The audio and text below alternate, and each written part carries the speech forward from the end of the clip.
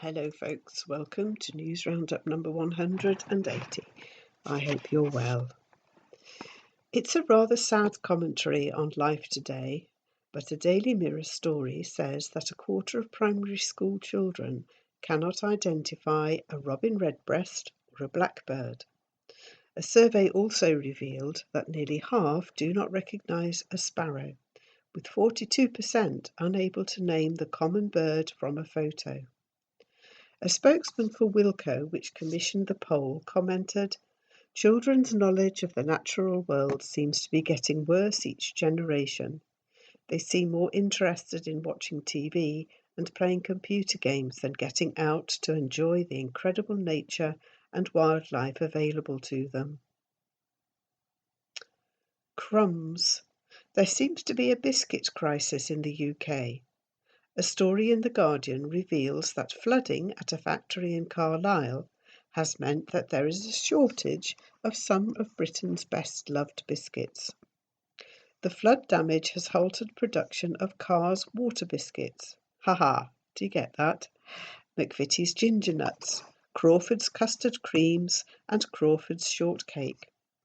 Several supermarkets said they were already running low on stocks of ginger nuts, and some have already sold out of Carr's water biscuits.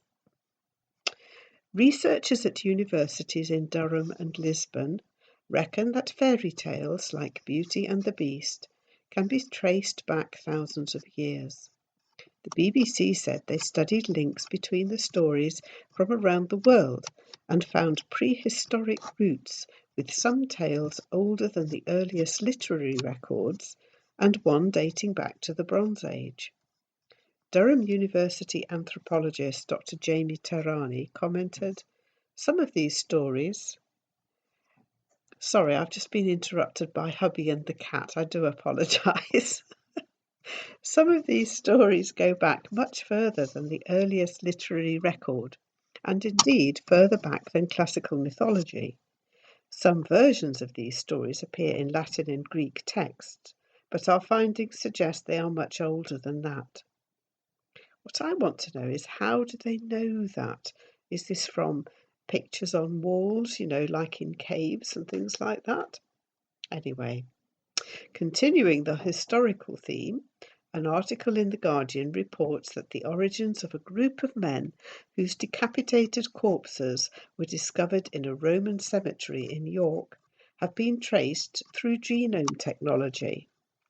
One man came from as far away as modern Syria or Palestine, and the descendants of others now live in Wales. The 18,000-year-old skeletons of more than 80 individuals, all aged under 45 when they died, were excavated more than a decade ago.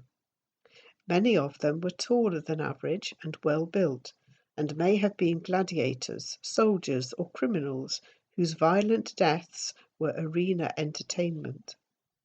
The graveyard was discovered beneath gardens at Driffield Terrace, on land that would have been on the edge of the Roman city. Christine MacDonnell, head of curatorial and archive services at the York Archaeological Trust, said the isotope and genome research was a remarkable advance in understanding populations and migration patterns in the ancient world. This hugely exciting pioneering work will become the new standard for understanding the origins of skeletons in the future. As the field grows and cost of undertaking this kind of investigation fall, we may be able to refine our knowledge of exactly where the bodies were borne to a much smaller region. The popularity of period dramas on British TV has led to an increased interest in corsets, reports the Daily Mail. Crafts, including sewing, have become more popular, says Iona Kenrick, Deputy Head of Costume at the National Theatre. The theatre is planning to run a course on how to make a corset like those worn in programmes such as Downton Abbey and The Scandalous Lady W. Miss Kenrick added, "Dramas are inspiring people to emulate historical looks, and people are interested in making stuff again these days. There's more of a passion for that than I've seen before. You wait till they try wearing them and doing a normal day's work in one. Fitness enthusiasts are becoming prone to a surprising new injury, says an article in the Daily Express. A survey of 1,000 adult gym users by Accident Advice Helpline has shown that nearly 200,000 gym goers have injured themselves while glued to a smartphone as they exercise. The distraction from a mobile has caused accidents with weights, rowing machines and exercise bikes. For goodness sake!